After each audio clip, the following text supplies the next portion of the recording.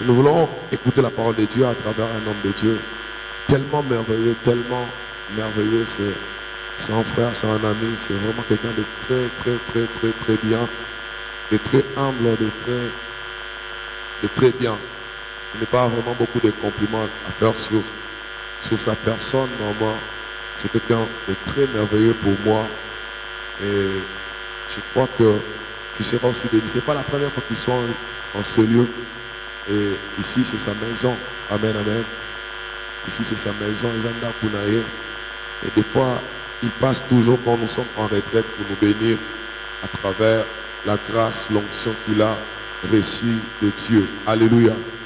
Tu es prêt pour recevoir la parole de Dieu? Est-ce que tu es prêt? J'aimerais t'inviter à se lever. J'aimerais t'inviter à se lever.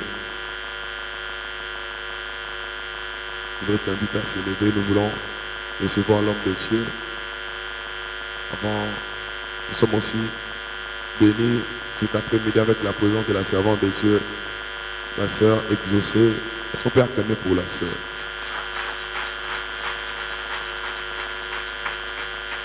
Amen. Nous voulons recevoir l'homme de Dieu, le prophète Josué Chimanga. Lorsqu'il s'avance, est-ce qu'on peut acclamer très fort pour Jésus?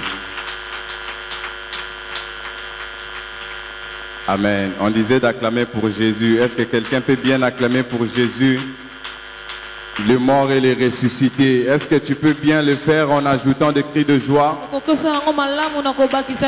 que tu peux mieux le faire en acclamant très fort, en poussant des cris de joie pour le Seigneur des Seigneurs, pour le Roi de Rois, le Dieu qui nous a réunis ce soir? Alléluia. Seigneur, nous te bénissons ce soir. Nous te bénissons cet après-midi, alors que nous ouvrons nos cœurs pour recevoir ta parole, alors que nous ouvrons nos cœurs pour recevoir ta pensée. Qu'il te plaise de déverser ta gloire sur nous. Qu'il te plaise de déverser ton onction sur nous. Qu'il te plaise de déverser ta puissance sur nous. Seigneur, en cette retraite, nous sommes là pour te vivre. En cette retraite, nous sommes là pour voir ta puissance. Nous sommes là pour voir ta main. Alors ne nous laisse pas sortir tel que nous sommes venus.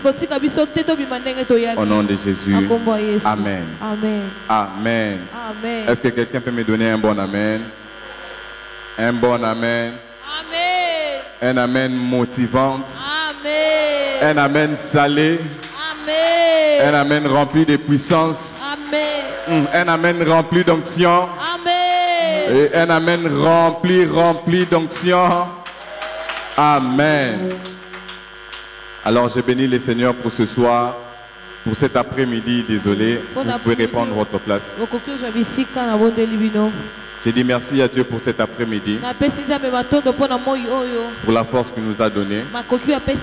Et je tiens à m'excuser par rapport au retard à laquelle je suis arrivé. Je devais arriver plus tôt,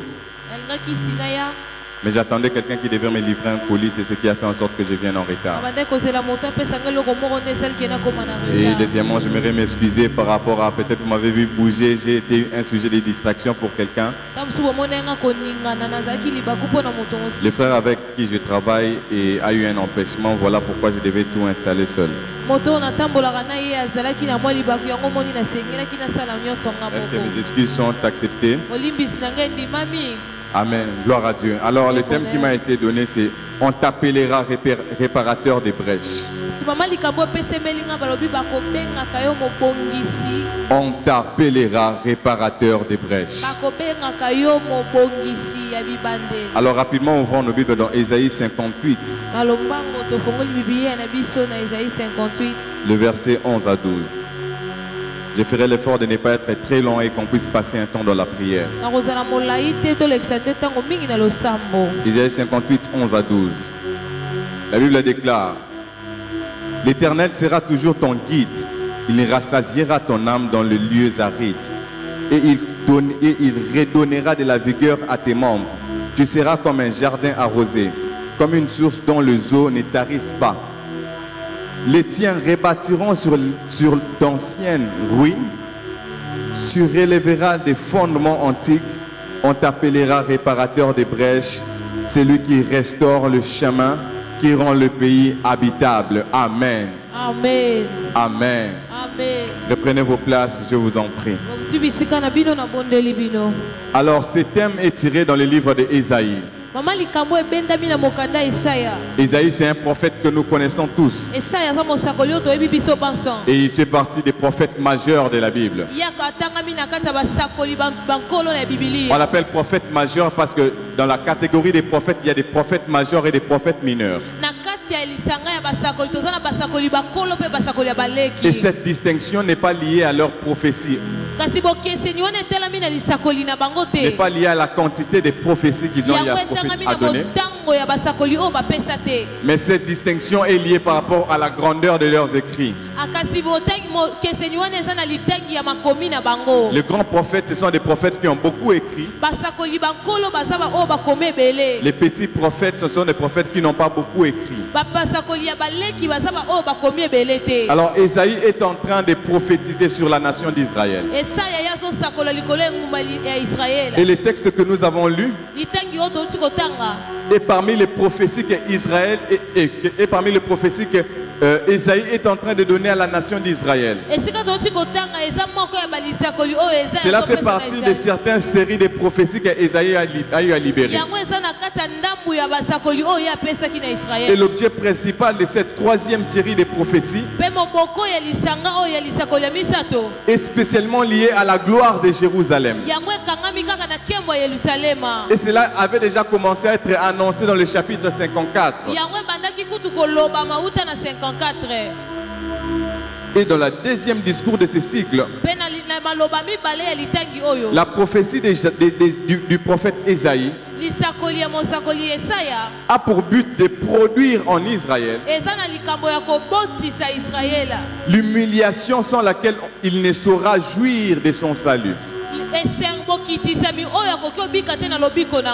Cette prophétie a pour but d'engendrer l'humiliation qui fera en sorte qu'Israël puisse s'humilier et venir recevoir son salut. Israël était vraiment en train de vivre aussi dans l'humiliation. Il est dans la déportation, en dehors de son pays. Il s'est rebellé contre Dieu et Dieu lui a soumis à l'humiliation. Les nations que Israël dominait commençaient à dominer sur Israël. Et le prophète vient avec un message pour que la nation d'Israël puisse s'humilier et recevoir le salut de Dieu. Nous devons savoir une vérité. Certaines humiliations arrivent pour nous permettre de jouir de notre salut. Aussi longtemps que tu n'es pas passé par certaines humiliations, tu ne comprendras pas la valeur du salut que Dieu te donnera. Aussi longtemps que tu n'as pas été dans les ténèbres, tu ne comprendras pas la valeur de la lumière. Tu dois être exposé aux ténèbres pour que lorsque la lumière arrivera dans ta vie, pour que lorsque la lumière se manifestera, que tu vives un changement réel, un changement remarquable qui sera visible.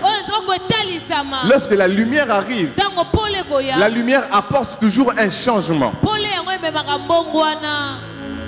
La lumière nous donne la possibilité de voir.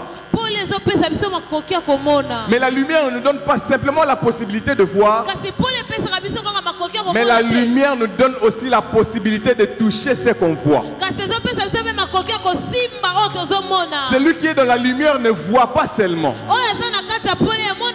mais celui qui est dans la lumière peut toucher ce qu'il voit. Tu peux être dans un très bon salon. Il y a la nourriture devant toi. Il y a la décoration devant toi. Mais s'il n'y a pas la lumière, tu ne pourras pas voir la beauté du salon dans lequel tu te retrouves. Pas simplement tu ne pourras pas voir la beauté, Tu ne pourras pas toucher ce qui est dans ces salons. Parce que tu es dans les ténèbres, tu ne vois pas. Dans la Bible, il y a un homme qui était dans un ténèbre. Cet homme s'appelle Pierre. Il était dans sa barque. Il était dans son ténèbre. Il a essayé de pêcher toute la nuit, il n'a rien eu. Il avait tout ce qu'il fallait. Il avait tout ce qu'il fallait pour avoir un résultat favorable. Mais Paul n'a rien eu. Je viens dire à quelqu'un, tu peux avoir tout ce qu'il te faut pour avoir un résultat favorable. Mais si te manque Jésus, tu n'auras rien. Tu ne verras rien. Il n'aura pas de résultat. Car le résultat n'est pas lié aux compétences. Le résultat n'est pas lié à ce qu'on a. Le résultat est lié à celui qui s'appelle Jésus. Le résultat est lié à celui qui a dit: je suis la lumière du monde. Et celui qui me suivra ne sera jamais dans les ténèbres. Oh my God, je déclare sur ta vie que tu ne seras jamais dans les ténèbres. Toi qui as pris l'engagement de marcher avec Jésus, tu ne seras jamais dans les ténèbres. Toi qui as pris l'engagement de suivre Jésus, tu ne seras jamais dans les ténèbres. Et le résultat que tu auras sera plus fort. Sera plus fort. Pierre était dans son ténèbre. Il a essayé. Ça n'a pas marché. Il a essayé. Ça n'a pas marché. Il a dit à Jésus: j'ai péché toute la nuit. C'est-à-dire, je n'ai pas essayé qu'une seule fois. J'ai essayé pour la première fois. J'ai essayé pour la dernière fois. J'ai fait pendant 1 heure. Je l'ai fait pendant 2 heures. Je l'ai fait pendant 3 heures. Je vais dire à quelqu'un, ce que tu fais avec répétition sans instruction divine n'aura pas de résultats. Tu peux répéter les mêmes choses. Mais si ce que tu fais n'est pas accompagné de l'instruction divine, tu n'auras pas de résultats. Pierre n'était pas la première personne à faire la répétition. Il y a plusieurs personnes qui ont eu à faire la répétition dans la Bible. Il y a plusieurs personnes auxquelles Dieu a exposé à une vie répétitive. Il a dit aux enfants d'Israël: lorsque vous serez devant Jéricho, vous allez tourner autour de Jéricho. Ils étaient en train de faire la même chose. Ils étaient en train de répéter la même chose. Mais les enfants d'Israël ne le faisaient pas en vain. Cela était lié à une instruction divine. Pierre était là en train de tourner en rond seul. Il n'a rien reçu. Mais lorsqu'il a reçu une instruction qui lui a dit: va dans les profondeurs. Et là dans les profondeurs, jette ton filet. Et lorsque Pierre a jeté le filet, Pierre a vu les résultats. Ne sois pas pressé de te lancer, de répéter. Mais sois sûr que ce que tu fais est lié à une parole que Dieu a déclarée sur toi. Sois sûr que ce que tu fais est lié à une déclaration que Dieu a dit par rapport à ta vie. Pierre était en train de répéter, mais en vain. Celui qui répète en vain fait passer son temps. Celui qui répète les mêmes choses en vain, sans instruction divine, est en train de perdre son temps. Celui qui est en train de tourner en faisant les mêmes choses sans avoir reçu une parole de Dieu, il est en train de tourner en vain. Je déclare sur ta vie, tu ne vas pas tourner en vain. Je dis, tu ne vas pas tourner en vain. Tu auras une parole de Dieu cet après-midi. Il te dira, vas-y, lance-toi. Tu auras une parole de Dieu cet après-midi. Qui te dira, vas-y, je suis avec toi. Qui te dira, vas-y, commence ce travail.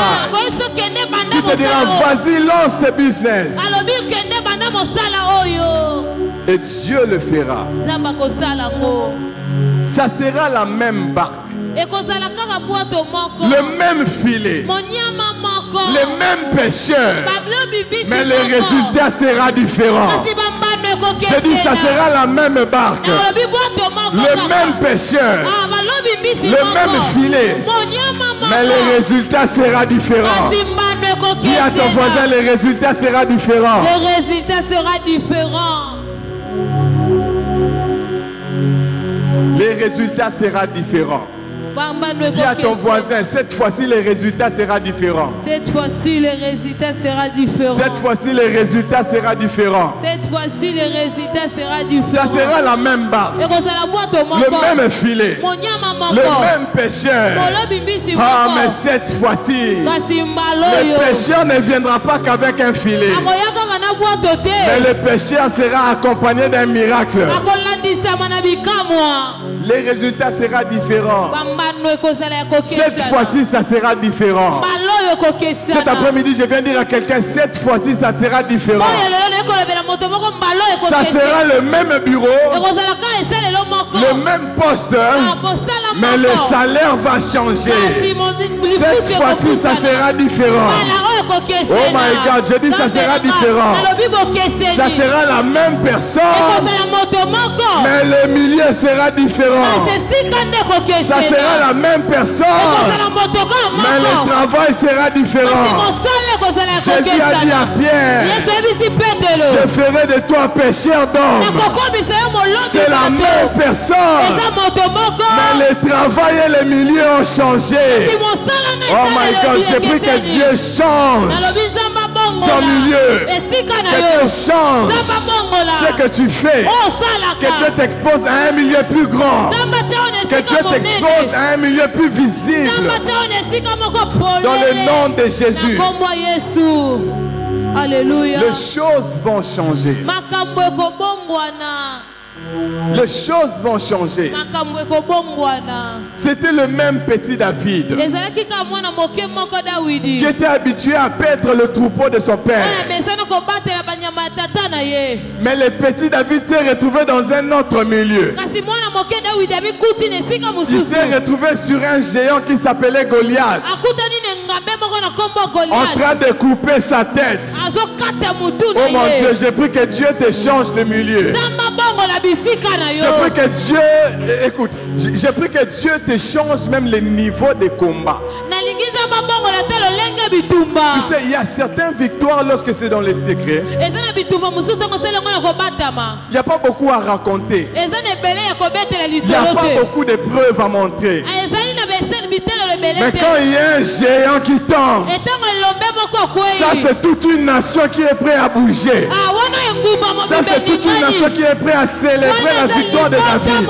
Oh mon Dieu, j'ai pris que Dieu t'expose au plus grand combat, pour que ta victoire soit visible, pour que la victoire soit visible. Oh mon Dieu, je t'introduis à une saison de célébration de victoire. Tu vas célébrer la victoire que Dieu va t'accorder. Oh mon Dieu, face à ce combat, face à ce chômage, face à cette stérilité, face à ce manque d'argent, face à ce manque de travail, tu vas célébrer une victoire. Je dis, tu vas célébrer une victoire. Avant la fin de cette année, tu vas célébrer une victoire. Car il y a un géant qui va tomber. Il y a un géant qui va tomber. Il y a un géant qui va tomber. Il y a un géant qui va tomber. Ils viennent envers nous. Ils viennent envers nous avec des casques, avec des épées, avec des boucliers. Mais nous avançons devant eux avec le nom de l'Éternel. Avec le nom de l'Éternel. Avec le nom de l'Éternel. Alléluia. Ce que j'aime dans la Bible, c'est que lorsque Dieu fait des choses, les gens viennent toujours constater. Des fois, Dieu permet que beaucoup de gens ne puissent pas vivre les spectacles. Oui, des fois, Dieu permet que certaines personnes ne voient pas quand est-ce qu'il va te visiter. Que certaines personnes ne voient pas comment est-ce que Dieu est en train d'agir dans ta vie. Même s'ils ne voient pas le processus de ta visitation, ils verront les résultats de ta visitation. Même s'ils ne voient pas le processus de ta guérison, ils viendront constater le fait. Et c'est ce qui s'est passé avec le fou de Gadara. Un homme qui était fou, qui avait ses habitations dans des cimetières. La Bible déclare qu'il s'est gratté la peau. Il s'est gratté sur la chair. Il avait des blessures partout sur la chair. C'était un homme que les gens connaissaient. C'était un homme que les gens connaissaient. On connaissait qu'il était fou. De la même manière que toi, on connaît ta situation. On connaît ta vie dans les quartiers. On sait même que tu as des difficultés à payer les études. On sait même comment est-ce que ta famille se bat pour que vous puissiez survivre. Ils savent même comment est-ce que vous vous battez même pour manger. Ils savent même comment est-ce que les portes ne marchent pas dans votre famille. Mais ils viendront constater quelque chose qui a été changé il y a quelques instants. C'est ce qui s'est passé avec le fou de Gadara. Lorsque Jésus l'a guéri, il y a des gens qui n'étaient pas là, mais qui ont appris qu'il y a quelque chose qui s'est passé. Celui qu'on appelait fou de Gadara, celui qu'on voyait là-bas à côté, la personne qu'on voyait, qu'on chassait chaque jour à l'école à cause des frais scolaires, la personne qu'on voyait mendier, demander de l'argent pour payer les Minerva, la personne qu'on voyait en train de mener une vie de souffrance, ils viendront constater que quelque chose a changé dans ta vie. La Bible déclare, ils sont venus pour voir le fait. Ils viendront pour voir le fait dans ta vie de ce que Dieu fera. Ils ne vivront pas la manifestation de ta visitation. C'est pas grave. Ils viendront même en retard pour constater que non, Dieu a déjà agi. Dieu a déjà fait. Dieu a déjà ouvert une porte pour eux. Dieu a déjà béni. Dieu a déjà ouvert le mariage. Dieu a ouvert les finances. Ils viendront constater dans ta vie. Et c'est ce qui s'est passé avec le fou de Gadara. Ils sont venus. Ils trouvèrent l'homme de qui étaient sortis les démons, assis à ses pieds, vêtu et dans son bon sens. On le trouva assis, vêtu et dans son bon sens. Assis, vêtu et dans son bon sens. Cela veut dire, avant il n'était pas dans son bon sens. Lorsqu'il a rencontré Jésus sur son chemin, il est rentré dans son bon sens. J'ai prié cet après-midi que Dieu te fasse rentrer dans ton bon sens. Que Dieu fasse des choses où les hommes viendront, ils te verront, ils diront réellement, ça c'est son bon sens. Avant ce n'était pas son bon sens. Avant ce n'était pas ça sa vie. Mais ça, c'est sa vraie vie. Ça, c'est son bon sens. Je prie que Dieu le fasse dans ta vie. Je prie que Dieu fasse entrer ta famille dans votre bon sens. Je prie que Dieu te fasse entrer dans ton bon sens. Je prie que Dieu fasse entrer tes études dans ton bon sens. Et dans Genèse 1,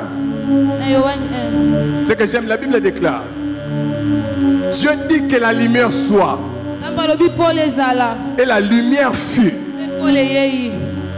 Et ensuite, Dieu sépara la lumière d'avec les ténèbres. Dieu a créé, Dieu a appelé la lumière. Et la lumière fut. Ensuite, Dieu a séparé la lumière avec les ténèbres. Qu'est-ce que cela veut dire? Cela veut dire que la lumière aura son temps, les ténèbres aussi aura son temps. Dieu a séparé. Les ténèbres aura son temps. La lumière aussi aura son temps. Le roi Salomon dit ceci dans dans Ecclésiaste. Il y a un temps pour toutes choses. Un temps pour pleurer et un temps pour rire. Un temps pour se lamenter et un temps pour danser. Un temps pour pleurer et un temps pour jouir. Dans ta vie, tu ne dois pas passer tout ton temps à pleurer. Les pleurs ont un temps. Les pleurs et les inquiétudes ont un temps. Mais à part le temps de pleurer, il y a aussi le temps de se réjouir. J'aimerais que tu dises à ton voisin, c'est mon temps de réjouissance. C'est mon temps de réjouissance. C'est mon temps de vivre le bonheur. Oui, déclare-le très bien. C'est mon temps de vivre le bonheur. C'est mon temps de goûter à la grâce. C'est mon temps de goûter à la bonté. Oh my God. Si la sécheresse avait un temps dans ta vie, ce soir je vais t'annoncer que ton temps a expiré. C'est le temps d'entrer dans l'abondance. Si la stérilité avait un temps dans ta vie, je viens t'annoncer que son temps a pris fin aujourd'hui. Et c'est le temps d'entrer dans la fécondité. Oh my God. Esaïe dit, les peuples qui marchaient dans les ténèbres voient une grande lumière. Je ne sais pas dans combien de temps tu as eu à marcher dans les ténèbres. Je ne sais pas durant combien de temps tu as marché dans les ténèbres. Je ne sais pas combien de temps les ténèbres ont duré dans ta vie. Mais ce soir, à partir d'aujourd'hui, à partir de maintenant, tu verras une grande lumière. Ça ne sera pas qu'une lumière, mais ça sera une grande lumière. Ça sera une grande lumière qui ne t'éclairera pas simplement toi, qui éclairera aussi toute ta famille, qui n'éclairera pas simplement tes finances, mais qui éclairera les finances de toute la famille. Et Esaïe continue en disant, sur ceux qui habitaient les pays de l'ombre de la mort, une lumière resplendit. Ceux qui habitaient le pays de l'ombre de la mort. Y a-t-il quelqu'un qui sent qu'il y a l'ombre de la mort dans sa famille? Où chaque année vous perdez des gens. Chaque année la mort frappe. Après 2 ans la mort revient. Ce soir je t'annonce. Aujourd'hui je t'annonce. Maintenant je t'annonce que la lumière va se manifester. Oh mon Dieu, qu'est-ce que je dis? La lumière est en train de se manifester maintenant. Est en train de se manifester maintenant. On ne parlera plus de la mort. Car celui qui apporte lumière, car celui qui apporte la lumière s'appelle la vie. Il a dit, je suis le chemin, la vérité et la vie. Est-ce que celui qui est la vie puisse apporter sa vie dans ta famille? On ne parlera pas de la mort en cette année. Car celui qui s'appelle la vie va amener sa vie dans ta maison. Mettez-vous, je vous en prie. La première vérité que nous devons tirer de cette histoire qu'Isaïe nous relate est que l'humiliation doit nous conduire à l'humilité. L'humiliation que Dieu apporte, l'humiliation auquel Dieu nous expose, doit nous conduire à l'humilité. À l'humilité devant Dieu, afin de recevoir sa grâce et son salut. Lorsque nous désobéissons au commandement de Dieu, lorsque nous désobéissons à Dieu, Dieu nous humilie. Il nous soumet à l'humiliation. Il fait en sorte que les gens devant qui nous dominions autrefois puissent dominer sur nous. Et c'est ce qui s'est passé avec Israël. Faut des temps, je vais passer rapidement. Israël a oublié ce que Dieu lui avait dit. Et Dieu a humilié Israël. Israël était en train de vivre dans l'humiliation. Mais dans cette histoire, Israël est en train de vivre dans l'humiliation. Mais Israël est en train de condamner Dieu. En disant à Dieu, tu as permis que nos ennemis puissent dominer sur nous. Israël est en train de condamner Dieu par rapport à ce qui est en train de se passer dans sa nation. Et Israël est en train même de réclamer certaines promesses à Dieu. Aujourd'hui, il y a certains chrétiens qui ont désobéi à ce que Dieu avait dit, mais qui continuent à réclamer certaines promesses de la part de Dieu. Nous devons d'abord commencer par nous humilier afin d'obtenir sa grâce et son salut. Et dans le verset 58 au premier verset, Dieu parle à son prophète. Il dit à Esaïe, va parler à Israël, va crier à Israël, dis à Israël de revenir vers moi. Car Israël était en train de pratiquer les jeûnes. Mais ça était en train de pratiquer les jeûnes. Ils jeûnaient. Mais ils ne jeûnaient pas de la manière dont Dieu attendait d'eux. Dans la Bible, c'est vrai, Dieu a recommandé le jeûne.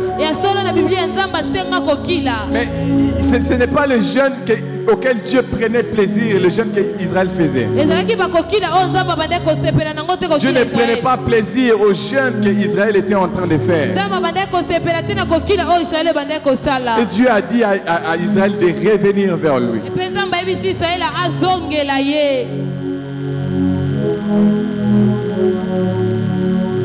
Désolé, j'essaie de sauter rapidement à cause du temps.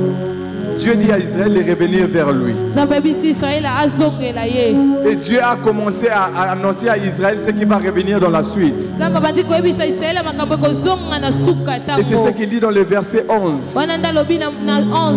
L'Éternel sera toujours ton guide, il rassasiera ton âme dans les lieux arides.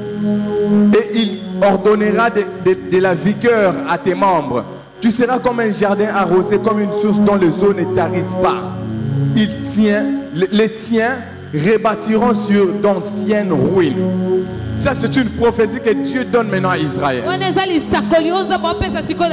disant à Israël, ta descendance, ta lignée, tes enfants vont rebâtir sur les anciennes ruines.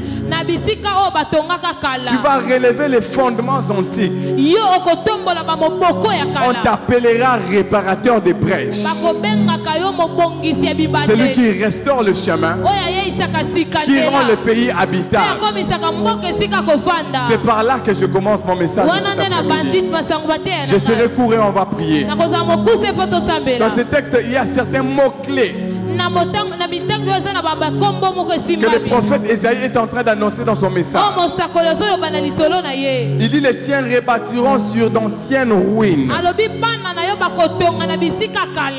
Lorsqu'on parle de ruines, nous voyons des écroulements partiels ou total d'un édifice. Vous voyez ces murs, tout comme cette église. Si on doit parler des ruines de cette église, nous allons voir par exemple juste la fondation. Parce que lorsqu'on casse cette église, il y aura toujours des petites parties qui seront visibles, qui permettront à certaines personnes de voir qu'il y avait quelque chose ici.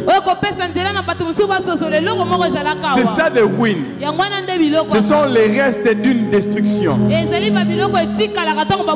où la destruction arrive, il y a des ruines qu'on peut voir. Et lorsqu'on parle de ce qui est ruiné, on voit ce qui a été anéanti, ce qui a été brisé, ce qui a perdu sa vraie valeur, ce qui a été saboté. Mais il parle du deuxième mot, le fondement. Lorsqu'on parle du mot fondement, on voit un point de départ. Le fondement d'une maison, c'est le point de départ avec lequel on commence pour bâtir une maison. Et puis le troisième mot, il parle de brèche. Une brèche, c'est une ouverture. L'ouverture d'un mur par exemple. Si on essaie de trouver ici, on va créer une brèche. Et par cette brèche, on peut voir à l'extérieur. Et par cette brèche aussi, il y a des souris qui peuvent commencer à entrer ici. Et lorsque Esaïe est en train de prophétiser, il veut dire ceci: ils auront comme point de départ ce qui a été détruit. Ils vont rebâtir. Ils auront comme point de départ, ils auront comme fondement ce qui a perdu sa valeur. Ils auront comme fondement ce qui a été détruit. Dieu, dans sa manière d'agir, il ne commence toujours pas par ce qui est parfait. Dieu, dans sa manière de faire, il ne commence toujours pas par ce qui est beau à voir. Des fois, on peut commencer un nouveau départ par ce qui a été détruit. On peut avoir un nouveau départ par ce qui n'a plus sa vraie valeur. On peut rebâtir encore sur les ruines. Oui, je vais dire à quelqu'un: tu peux rebâtir encore sur les ruines de ta vie. Tu peux rebâtir encore sur ta petite vie qui n'a plus de valeur. C'est vrai, tu as été dévasté. Tu as perdu ta vraie valeur. Mais tu peux repartir à zéro. Tu peux avoir un nouveau départ. Tu peux encore avoir un premier pas par le peu de ruines qui te restent. Tu as perdu ta vraie valeur, c'est vrai. Il n'y a plus rien à apprécier dans ta vie, c'est vrai. Il reste que des ruines, c'est vrai. Mais Dieu te dit aujourd'hui que tu peux rebâtir sur les anciennes ruines de ta vie. Même si cette relation ne vaut plus rien, même si cette relation amène à l'échec, même si cette relation, à vrai dire, lorsque tu regardes, tu te dis: cette relation a été un échec de ma vie. Il n'est pas encore trop tard. Tu peux rebâtir sur les anciennes ruines. Même si tu n'as plus ta vraie valeur, tu peux encore rebâtir. Même si ton entreprise est en faillite, même si ton entreprise a perdu sa vraie valeur, il n'est pas trop tard. Tu peux rebâtir sur tes anciennes ruines. Tu n'as pas besoin de commencer par le parfait. Même par le peu qui te reste, tu peux te lever et rebâtir. La Bible déclare au commencement, la terre était informe et vide. Dieu n'avait pas besoin d'un espace parfait pour commencer à construire. Oh my God, il n'avait pas besoin d'un espace parfait pour commencer à agir. Tu n'as pas besoin d'une relation parfaite pour recommencer à zéro. Tu n'as pas besoin de voir quelque chose de parfait pour recommencer à zéro. Tu n'as pas besoin du parfait pour recommencer à zéro. Car la chose que tu as a la possibilité de reconstruire, a la possibilité de bâtir, même sur le ruine. Vous savez, il y a certains succès qui arrivent, tout comme qui ont comme fondement des échecs. Il y a certains succès qui ont comme des fondements des échecs. Tu as essayé, ça n'a pas marché. Mais sur cet échec, tu réessayes encore et ça va marcher. Il y a certaines réussites, certains succès qui viennent après des échecs. C'est possible de reconstruire sur des anciennes ruines et de réavoir sa vraie valeur. Il dit, on t'appellera réparateur des brèches. Esaïe dit, toi Israël, on t'appellera réparateur des brèches. Cela veut dire, on t'appellera réparateur des ouvertures. On t'appellera réparateur des ouvertures qui ont amené la destruction. On t'appellera réparateur des ouvertures qui ont amené le chaos. On t'appellera réparateur des ouvertures qui ont amené la ruine et la destruction. C'est fort. On t'appellera réparateur des brèches, réparateur des ouvertures qui ont amené la ruine. Vous savez, toutes les ouvertures n'amènent pas que le bonheur. Il y a des ouvertures qui amènent des ruines. Il y a des ouvertures qui amènent les chaos. Mais Dieu dit, tu seras les réparateurs de ces sources de chaos. Dans la Bible, il y a un homme qui s'appelle Gédéon. Cet homme à qui Dieu appelle. Mais lorsque Dieu appelle Gédéon, la première mission que Dieu donne à Gédéon n'est pas d'aller d'abord délivrer Israël. Mais la première mission que Dieu donne à Gédéon, c'est de fermer toutes les brèches qui ont permis à la ruine d'entrer. Il dit à Gédéon, tu vas faire tomber l'autel des Baals de ton père. Cet autel était une ouverture. Cet autel de Baal était un point d'entrée de la colère de Dieu. de la destruction. C'était un hôtel qui n'appartenait pas à Gédéon. Cela appartenait à son père. Cela veut dire si la ruine était entrée, si le chaos était entré, le père de Gédéon fait partie des gens qui ont amené cela. Parce qu'il y avait une brèche spirituelle ouverte dans la maison de Gédéon. Mais Dieu dit à Gédéon, tu vas commencer par renverser. Tu dois commencer par reconstruire cette brèche. Tu dois commencer par réparer cette brèche. En fait que le chaos ne puisse plus entrer. Tu dois commencer par fermer cette ouverture spirituelle. Gédéon, je vais t'utiliser. Mais ce que tu dois d'abord faire, ferme cette ouverture spirituelle qui se trouve dans la maison de ton père. Ferme cette ouverture spirituelle qui fait en sorte que le chaos entre dans le pays. Et c'est par là que Gédéon avait commencé. Et c'est par là que plusieurs d'entre nous devons commencer. De fermer certaines ouvertures qui font en sorte que la destruction entre. Qui font en sorte que le chaos entre. Dans le monde spirituel, tout ne passe pas que par des portes.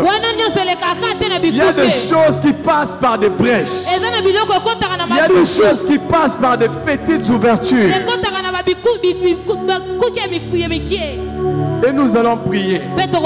Nous allons fermer même ces petites ouvertures. Ces brèches spirituelles par lesquelles la destruction entre. Nous avons même l'histoire de Jonas. Jonas est dans la barque. Et la personne de Jonas est une ouverture spirituelle qui attire la colère de Dieu dans la barque. Dans la barque, il y a plusieurs voyageurs. Ils sont en train de voyager en paix. Mais tout à coup, la tempête s'élève. Mais qu'est-ce qui se passe?